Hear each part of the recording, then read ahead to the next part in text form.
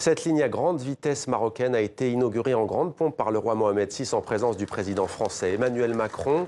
Président français parce que la France a fortement soutenu ce projet. Elle l'a financé à hauteur de 50% en apportant 1,1 milliard d'euros. C'est le groupe Alstom, par exemple, qui a fourni les rames. Le chantier a duré 8 ans. Le train va relier Casablanca à Tanger. Il faudra seulement 2h10 au lieu de 4h45 actuellement. Notre correspondante au Maroc, Maud Nino, juste avant de monter à bord du train. Un TGV rouge et vert aux couleurs du Maroc. Mes questions, qui prendra le train? Alors c'est d'abord une aubaine évidemment pour les entreprises marocaines reliant les grands patrons de Tanger à Casa, Rabat. Les deux pôles économiques et politiques en effervescence.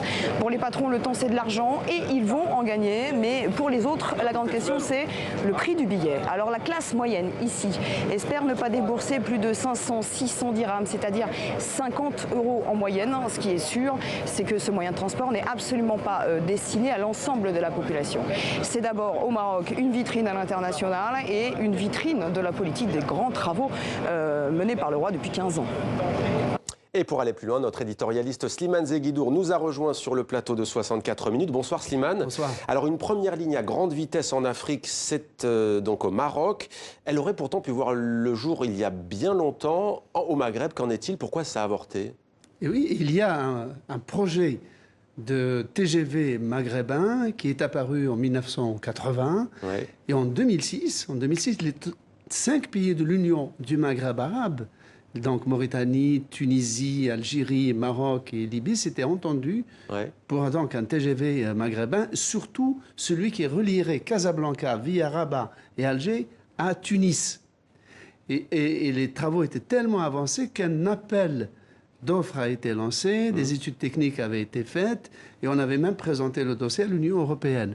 Mais ça ne s'est pas fait, la frontière algéro-marocaine, comme vous le savez, est fermée.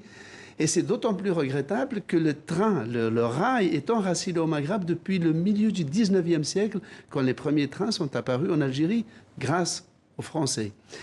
Et en plus, la largeur des rails est la même dans les 3 pays du Maghreb, donc l'interopérabilité est tout à fait facile, et voilà que jusqu'ici, ça ne s'est pas fait. Donc, selon que l'on soit optimiste ou pessimiste, on peut voir dans cette inauguration le premier tronçon d'un futur TGV maghrébin, ou alors le signe d'un report au calendrier grec de ce même TGV maghrébin dont le projet traîne dans les tiroirs depuis 30 ans déjà. Merci Slimane pour ces précisions.